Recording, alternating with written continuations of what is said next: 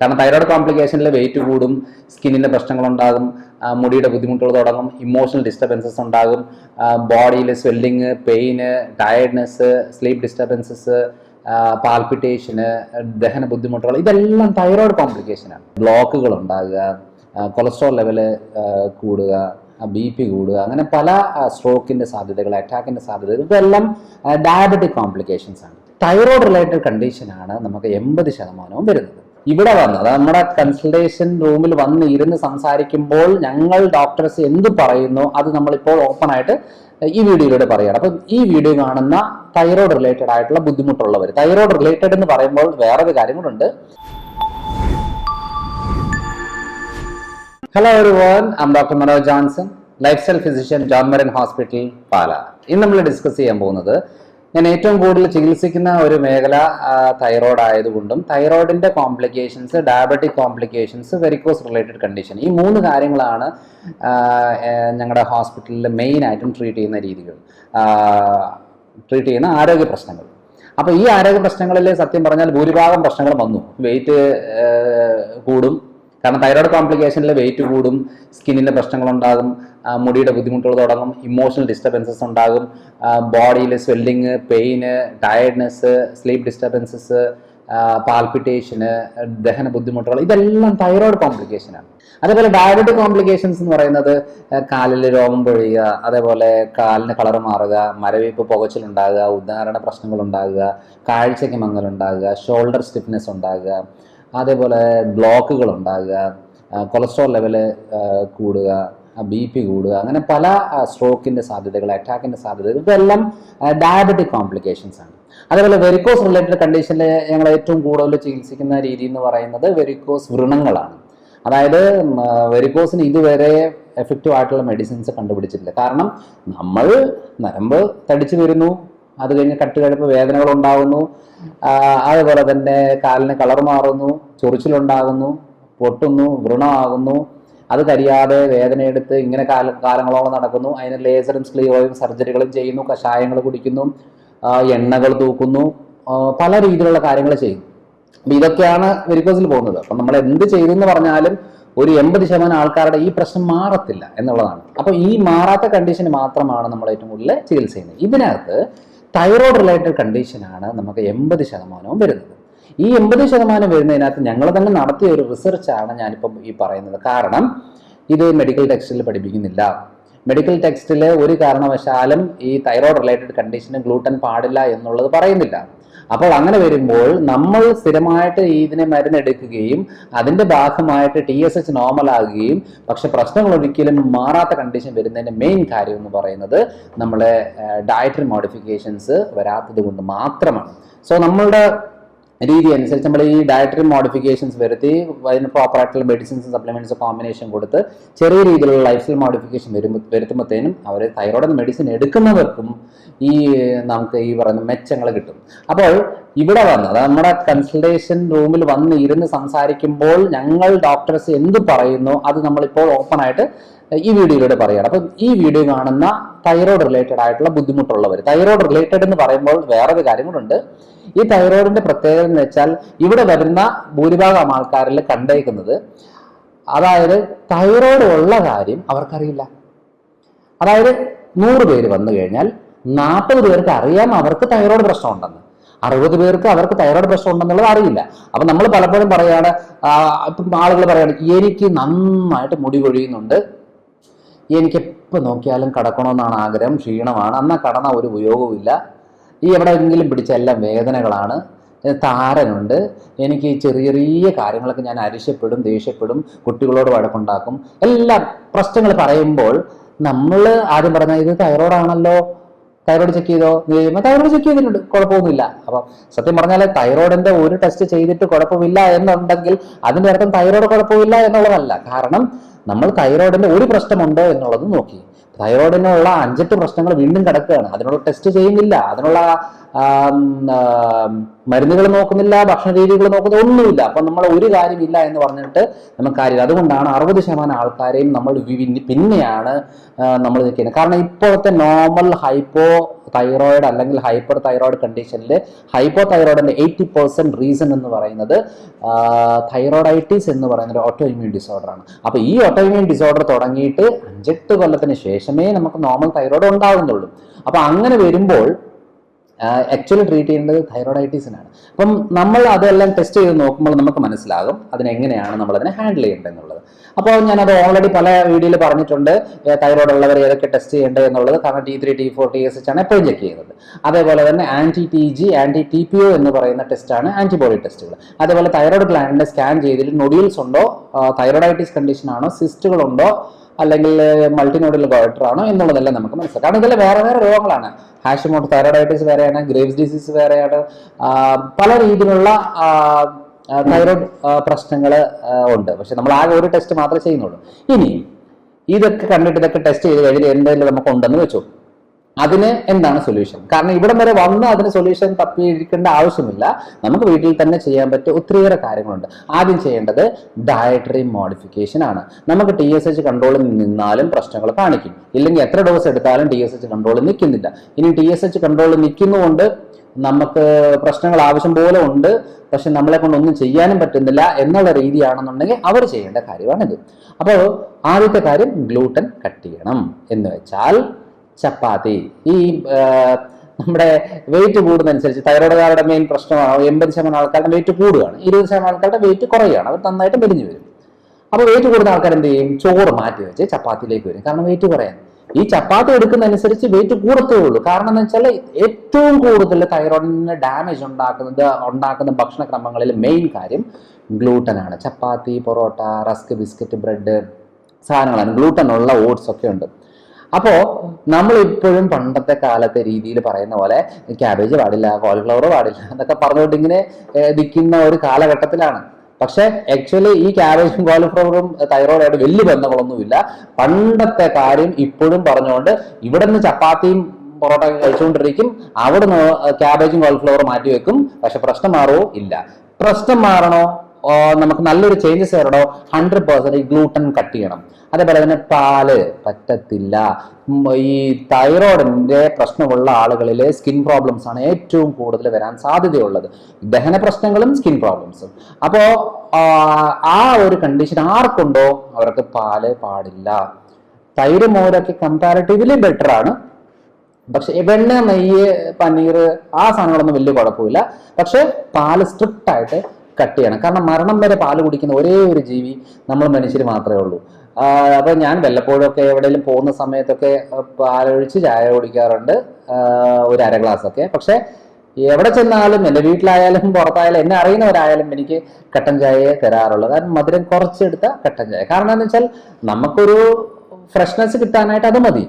ഇവിടെ നമ്മൾ പാല് ഒഴിച്ച് മധുരം ഇട്ടിട്ട് ഇങ്ങനെ കഴിച്ചുകൊണ്ടിരിക്കുമ്പോൾ പലതരം ആരോഗ്യ പ്രശ്നങ്ങളിൽ ഉള്ളവർക്ക് ഇത് ബുദ്ധിമുട്ടാണ്. അതുകൊണ്ട് അത് ശീലമാക്കി എടുക്കാതെ ഒന്ന് മാറ്റിയെടുക്കുക. നമുക്ക് ഒരു നേരം ചായ കുടിച്ചില്ലെന്നുണ്ടെങ്കിൽ കുഴപ്പമില്ല എന്നുള്ള രീതിയിലേക്കാണെങ്കിൽ ഓക്കെ, നമ്മൾ കറക്റ്റ് ട്രാക്കിലാണ് പൊയ്ക്കൊണ്ടിരിക്കുന്നത്. അതല്ല, എനിക്ക് 4 മണിയാകുമ്പോൾ ചായ കിട്ടണം, എനിക്ക് ഈ പാലൊഴിച്ച് ചായ കുടിച്ചെങ്കിലേ എനിക്ക് ടോയ്ലറ്റിൽ പോകാൻ പറ്റത്തുള്ളൂ എന്നൊരു അവസ്ഥ വന്നു കഴിഞ്ഞാൽ നമ്മൾ എത്ര ബുദ്ധിമുട്ടിയാണ് ഇതെന്ന് സ്റ്റോപ്പ് ചെയ്യുന്നത്, എത്ര ബുദ്ധിമുട്ടാണ്. കാരണം എല്ലാം ഡോക്ടർ പറഞ്ഞ എല്ലാം ഞാൻ ചെയ്യാം, പക്ഷെ എനിക്ക് ചായ, ആ പാലൊഴിച്ച ചായ എനിക്ക് നിർബന്ധമാണ്. അപ്പോൾ ഞാൻ കഴിച്ചു, വേറെ എന്താ ചെയ്യാൻ? അതായത് ഈ മദ്യം കുടിച്ച് മദ്യം ലിവർ പോയ ഒരാൾക്കാരോട് നമ്മൾ പറയണം, അതേ നിങ്ങൾ ഈ മദ്യം ഒന്ന് മാറ്റി വെക്കണം കേട്ടോ, ഇത് ലിവർ ഇത്രയും പ്രശ്നമായി എന്ന് പറയുമ്പോൾ അവരുടെ ഒരു പെഗ് അടിച്ചോട്ടെ, ഒറ്റ പെഗ് അത് മതി, എനിക്ക് വേറെ ഒന്നും വേണ്ട. എന്നുവെച്ചാൽ അത്രയ്ക്ക് അഡിക്ഷനായി മാറിയ ഒരവസ്ഥയാണ് ഈ പറയുന്ന ചായ എന്ന് പറയുന്നത്. അതുകൊണ്ട് കട്ടൻ ചായ കുടിച്ചോ കുഴപ്പമില്ല, പാലൊഴിച്ച് മധുരവിട്ട് കുടിച്ചാൽ നമ്മുടെ തൈറോയ്ഡ് പ്രശ്നങ്ങൾ വീണ്ടും കോംപ്ലിക്കേറ്റഡ് ആവും. അപ്പൊ ഇങ്ങനെയൊക്കെ നോക്കിയാൽ ജീവിക്കാൻ പറ്റുമോ എന്നൊക്കെ ചോദിക്കുന്നവർ അങ്ങനെ ചെയ്തോ കുഴപ്പമില്ല, മാറ്റം വരണമെന്നുണ്ടെങ്കിൽ ട്രൈ ചെയ്ത് നോക്കുക. അതേപോലെ ഏറ്റവും കൂടുതലായിട്ട് അവോയ്ഡ് ചെയ്യേണ്ട ഒരു കാര്യം എന്ന് പറയുന്നത് സോയ പ്രൊഡക്ട്സ്. നമ്മൾ soyabean, soya sauce, soya milk, soya ball എന്നൊക്കെ പറയുന്ന പല സോയാ പ്രോഡക്ട്സുകളും നമ്മൾ ഇതിനകത്ത് മാറ്റി വെക്കേണ്ടതാണ്. ഈ കേരളത്തിലെ ഒരു ട്രെൻഡ് വെച്ച് നോക്കുമ്പോൾ സോയ അത്ര കോമൺ അല്ല, എന്നാലും എടുക്കുന്നവരുണ്ട്. പക്ഷെ തൈറോയ്ഡ് റിലേറ്റഡ് കണ്ടീഷൻ ഉള്ളവർ സോയ പ്രോഡക്ട്സിനെ മാറ്റി വെക്കണം. ഇനിയുള്ള പ്രധാനപ്പെട്ട ഒരു കാര്യം എന്ന് പറയുന്നത് നമ്മുടെ കപ്പ, നമ്മുടെ ഇടുക്കിക്കാരോട് നമ്മൾ വരുമ്പോൾ പറയാറുണ്ട്, അതെ നിങ്ങൾ കപ്പയൊന്നും കുറക്കണം. എല്ലാവരും അല്ല, ഗർഭാശയ മുഴകള്, പ്രമേഹം, അതേപോലെ തൈറോയ്ഡ് പ്രശ്ന ആളുകള്, ബ്ലോക്ക് ഉള്ളവര്, വെയിറ്റ് കൂടുതലുള്ളവർ, ഇങ്ങനെയുള്ളവരോട് നമ്മൾ പറയുന്നത് കപ്പ കുറയ്ക്കണം കേട്ടോ എന്ന് പറഞ്ഞത്. അപ്പം ഇടുക്കിയിലുള്ളവർ വരുമ്പോൾ പറയും, അതെ ഡോക്ടറെ ഞങ്ങളുടെ പ്രധാന ഭക്ഷണമാണ് ഈ കപ്പ, ഈ കപ്പ ഞങ്ങൾ എങ്ങനെ മാറ്റി വെക്കും എന്ന് പറഞ്ഞ. അതായത് നമ്മൾ ജനിക്കുമ്പോഴേ കാണുന്നത് ഇതൊക്കെ തന്നെയാണ്, അപ്പനമ്മയും കഴിക്കുന്നത് ഇതൊക്കെ തന്നെയാണ്. അവരുടെ അപ്പനും അമ്മയും അവരുടെ അയലോക്കക്കാരും നാട്ടുകാരും എല്ലാവരും ഇങ്ങനെ ആയി വരുമ്പോൾ നമ്മൾ വിചാരിക്കുകയാണ്, അപ്പൊ ഇതാണ് നമ്മുടെ ഭക്ഷണം. ഞാനിത് പറയുമ്പം പേഷ്യൻസിനോട് പറയുന്ന ഒരു കാര്യമാണ്, ഗുരു എന്ന് പറയുന്നൊരു സിനിമ.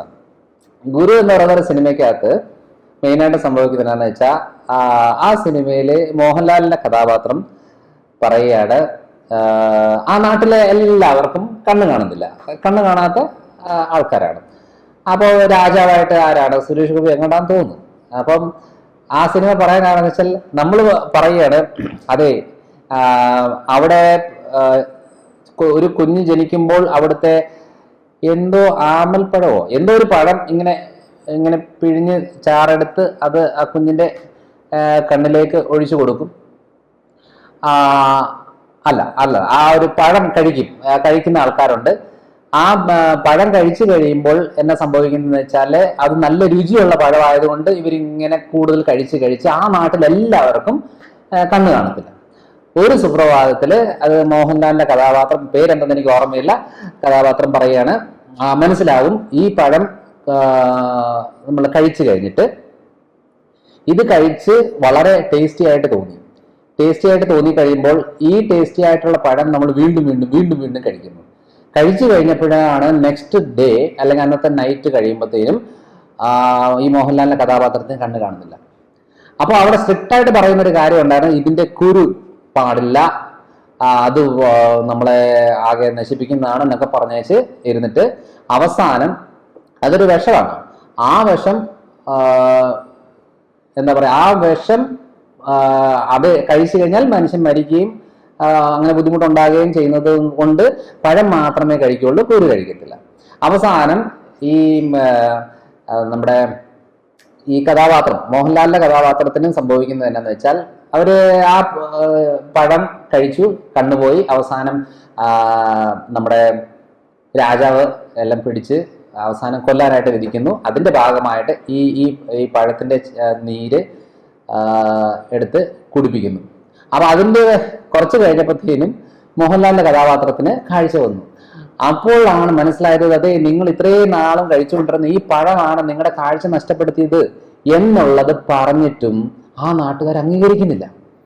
അവസാനം കുറച്ച് കുട്ടികൾ വന്നു, പിന്നെ അവരുടെ ഈ കുരുവെടുത്ത് വെച്ച് നീരെടുത്ത് അങ്ങനെ അവരുടെ കഴിക്കാൻ കൊടുക്കുകയും കണ്ണിലൊഴിക്കുക അങ്ങനെയൊക്കെ ചെയ്യുന്നത് കൊണ്ട് വീണ്ടും എല്ലാവർക്കും കണ്ണ് തിരിച്ചു വരുന്ന ഒരു കഥയാണ് ഗുരു എന്ന് പറഞ്ഞൊരു സിനിമയിലുള്ളത്. അതിന്റെ കഥ വേറെയാണ്, പക്ഷെ ഞാൻ ഇത് എടുത്തതിന്റെ കാര്യം വെച്ചാൽ, നമ്മുടെ നാട്ടിൽ ഇങ്ങനെ ഒരു കൾച്ചറാണ് കിടക്കുന്നത്. നമ്മൾ വിചാരിക്കുകയാണ് ഇതാണ് ശരി, ഇതാണ് കാര്യം. ഗ്ലൂട്ടൻ എന്ന് പറഞ്ഞാൽ എന്താന്ന് വീണ്ടും ചോദിക്കുന്ന ആളുകളാണ് നമ്മൾ. അപ്പോ ഇവിടെ നമ്മൾ ചോറും കപ്പയും കാര്യങ്ങൾ തന്നെയാണ് നമ്മുടെ പ്രധാന ഭക്ഷണം, അത് മോശമല്ല. പക്ഷെ ഇത് തന്നെ നമ്മൾ റിപ്പീറ്റഡ് ആയിട്ട് അളവ് കൂടി 3 നേരവും 4 നേരവും ഒരേ കാര്യം തന്നെ കഴിച്ചുകൊണ്ടിരുന്നു കഴിഞ്ഞാൽ അതിന്റെ ഭാഗമായിട്ടാണ് ഈ മുഴകളും പ്രമേഹവും തൈറോയ്ഡ് പ്രശ്നങ്ങളും. ഞാൻ എൻ്റെ ഒരു സ്റ്റഡീസ് വെച്ച്, കാരണം ഏറ്റവും കൂടുതൽ തൈറോയ്ഡ് റിലേറ്റഡ് കണ്ടീഷൻ ട്രീറ്റ് ചെയ്യുന്നതുകൊണ്ടാണ് പറയുന്നത്. നമ്മുടെ ഹോസ്പിറ്റലിൽ വരുന്ന ഏറ്റവും കൂടുതൽ കേസുകൾ ട്രീറ്റ് ചെയ്യുന്ന തൈറോയ്ഡ് ആയതുകൊണ്ട് ആ തൈറോയ്ഡ് കേസിൽ നമുക്ക് മനസ്സിലായ കാര്യം എന്ന് വെച്ചാൽ, ഒരു 5 കൊല്ലം കൂടെ കഴിഞ്ഞു കഴിഞ്ഞാൽ ഈ കേരളത്തിലെ ഒരു 80% ആളുകൾക്കും തൈറോയിഡിനാണ് സാധ്യത. കാരണം ഒന്ന് ആലോചിച്ച് നോക്കിക്കേ, അയോഡിൻ ഇല്ലാത്ത ഉപ്പാണ് തൈറോയ്ഡ് ഉണ്ടാക്കുന്നത് എന്ന് പറഞ്ഞേച്ച് ഉള്ള ഉപ്പ് നിറയെ അയോഡിൻ ആക്കിയിട്ട് തൈറോയ്ഡ് 10 ഇരട്ടി കൂടിയിട്ടുണ്ട്. അല്ലാതെ അതിനകത്ത് വേറെ വലിയ അത്ഭുതമൊന്നും സംഭവിച്ചിട്ടില്ല. അപ്പൊ ഒരു വീട്ടില് ഒരാൾക്ക് എന്ന് പറഞ്ഞ് തുടങ്ങിയിട്ട് ആ കുടുംബം മുഴുവനും അതായത് കുടുംബം എന്ന് പറഞ്ഞ മക്കള്, മക്കളുടെ മക്കള്, അവരുടെ മക്കൾ എന്നൊക്കെ പറഞ്ഞ് എല്ലാവർക്കും തൈറോയിഡിലേക്ക് മാറിക്കൊണ്ടിരിക്കുകയാണ്. അപ്പൊ അതുകൊണ്ട് നമുക്ക് തൈറോയ്ഡ് ഉണ്ട്, അങ്ങനെയാണെന്നുണ്ടെങ്കിൽ നമ്മൾ ശ്രദ്ധിക്കേണ്ട കാര്യം എന്താ, നമ്മുടെ മക്കൾക്ക് തുമ്മലായിട്ട് വരുന്നുണ്ടോ, താരൻ ഉണ്ടാകുന്നുണ്ടോ, സ്കിൻ പ്രശ്നങ്ങളുണ്ടോ, വെയിറ്റ് വല്ലാതെ കൂടുന്നുണ്ടോ, പീരിയഡ്സിൽ ഇറഗുലാരിറ്റി വരുന്നുണ്ടോ, തൈറോയ്ഡ് ആണെന്ന് ഉറപ്പിച്ചാൽ മതി. അല്ലാതെ നമ്മൾ വേറെ ചികിത്സ ചെയ്തുകൊണ്ട് പോയി കഴിഞ്ഞാൽ ഒരിക്കലും ആ പ്രശ്നം മാറില്ല. അപ്പൊ ഇത്രയും സീരിയസ് ആയിട്ടുള്ള ഒരു കാര്യമാണ് തൈറോയ്ഡ്. അതുകൊണ്ട് ഈ ഭക്ഷണക്രമം ഒന്ന് ശ്രദ്ധിക്കുക. അതായത് മദ്യപാന, പുകവലി, ഒന്ന് മാറ്റി വെക്കണം. കാരണം എന്താണെന്ന് വെച്ചാൽ ഇത് ഒന്നാമതേ ശരീരം ഒന്ന് മെച്ചപ്പെടാനായിട്ട് ബുദ്ധിമുട്ടിക്കൊണ്ടിരിക്കുകയാണ്. അതിൻ്റെയും കൂടെ ഇതുകൂടെ കയറ്റി വെച്ച് കഴിഞ്ഞാൽ അതിന് താങ്ങത്തില്ല, ശരീരത്തിന് താങ്ങത്തില്ല. ശരീരം പിടിച്ചു നിൽക്കുമ്പോൾ നമ്മൾ അതിനെ സപ്പോർട്ട് ചെയ്ത് കൊടുക്കുക എന്നുള്ളതാണ് അതിനകത്ത് മെയിനായിട്ടും ആവശ്യമുള്ള ഒരു കാര്യം. അപ്പോൾ ഇത്രയും കാര്യങ്ങളാണ് തൈറോയ്ഡ് റിലേറ്റഡ് ആയിട്ട് ബന്ധപ്പെടുന്നത്. ഗ്ലൂട്ടൻ റിലേറ്റഡ് ആയിട്ടുള്ള ഫുഡ്, ലാക്ടോസ് ഇൻടോളറൻസ് ഉള്ള കണ്ടീഷനാണത്. അതുകൊണ്ട് പാലിൻ്റെ കാര്യമൊക്കെ മാറ്റി വെക്കണം. അതേപോലെ തന്നെ സോയ പ്രോഡക്ട്സ്, കപ്പ ആഡ് ഐറ്റംസ്, ചോറൊക്കെ ഒന്ന് കുറയ്ക്കണം, കപ്പ കുറയ്ക്കണം. കപ്പ മാറ്റി വെച്ചാൽ അത്രയും നല്ലതാണ്. പിന്നെയുള്ളത് മദ്യപാനം, പുകവലി കണ്ടീഷനുള്ളത് കുറയ്ക്കണം. അതേപോലെ ലിമിറ്റ് ചെയ്താൽ മതി, ഒന്നും മാറ്റണമെന്നല്ല, എല്ലാം ഒന്ന് ലിമിറ്റ് ചെയ്ത് കൊണ്ടുവരിക. സ്ട്രിക്റ്റായിട്ട് മാറ്റേണ്ട കാര്യങ്ങൾ ഞാൻ നേരത്തെ പറഞ്ഞ കാര്യങ്ങളൊക്കെ തന്നെയാണ്. അതേപോലെ തന്നെ ഒരു ശരീരത്തിൽ എന്തെങ്കിലും രീതിയിലുള്ള ഫിസിക്കൽ ആക്ടിവിറ്റി വേണം, വേർക്കുന്ന രീതിയിലുള്ളതോ അല്ലെന്നുണ്ടെങ്കിൽ നെഞ്ചിടിപ്പ് കൂടുന്നത് രീതിയിലുള്ളതോ ശരീരം ഹീറ്റ് ആകുന്ന രീതിയിലുള്ള എന്തെങ്കിലും ഒരു ഫിസിക്കൽ ആക്ടിവിറ്റി നമുക്ക് വേണം. അതുകൊണ്ട് തൈറോയ്ഡ് റിലേറ്റഡ് പ്രശ്നങ്ങൾക്ക് നമുക്കൊരു സൊല്യൂഷൻ കിട്ടണമെന്നുണ്ടെങ്കിൽ, മെഡിസിൻ എടുത്താലും നമുക്ക് കിട്ടണമെന്നുണ്ടെങ്കിൽ ഈ മെത്തഡുകൾ ഒരു ലൈഫിൽ ഫോളോ ചെയ്യണം. ഇനി ഇത് സാർ, കാരണം ഇവിടെ നമ്മളൊരു കൺസൾട്ടേഷൻ റൂമിലേക്ക് വരുമ്പോൾ, നമ്മുടെ ഹോസ്പിറ്റലിലേക്ക് വരുമ്പോൾ ഇവിടെ ഡോക്ടേഴ്സ് എല്ലാവരും പറഞ്ഞ ഈ ഒരു ഒറ്റ കാര്യമാണ്. ഇതിപ്പോൾ ഓപ്പൺ ആയിട്ട് നമ്മൾ വീഡിയോയിൽ പറയണം. അതുകൊണ്ട് ആരും ഇങ്ങോട്ട് വരണമെന്നില്ല, ഇതൊന്ന് ഫോളോ ചെയ്യുക. കാരണം ഇതിന് കുറച്ച് കോമ്പിനേഷൻസ് ആവശ്യമുണ്ട്. കാരണം ചില കാര്യങ്ങൾ സിങ്ക് സെലേനിയം കോമ്പിനേഷന്, അയഡിൻ കോമ്പിനേഷന്, അശ്വഗന്ധ കോമ്പിനേഷന്, ദശാപുഷ്പം, വൈറ്റമിൻ സി, അങ്ങനെ കുറേ കോമ്പിനേഷൻസ് ഉണ്ട്. അത് മാത്രമാണ് നമ്മൾ മെയിനായിട്ടും ഈ നമ്മുടെ ബോഡിന്ന് റിക്കവർ ആവാനായിട്ട് ഹെൽപ്പ് ചെയ്യാനായിട്ട് നമ്മൾ കൊടുക്കും. അപ്പോൾ ഈ കോമ്പിനേഷനിലൂടെ വരുമ്പോൾ നമുക്ക് സ്പീഡപ്പ് ആകുന്നേ ഉള്ളൂ. പക്ഷെ അതിന് വേണ്ടിയിട്ട് നമ്മൾ സമയം കളേണ്ട ആവശ്യമില്ല. ഇന്ന് തന്നെ ഇങ്ങനെ ഒരു ലൈഫ് സ്റ്റൈൽ ഫോളോ ചെയ്യുക.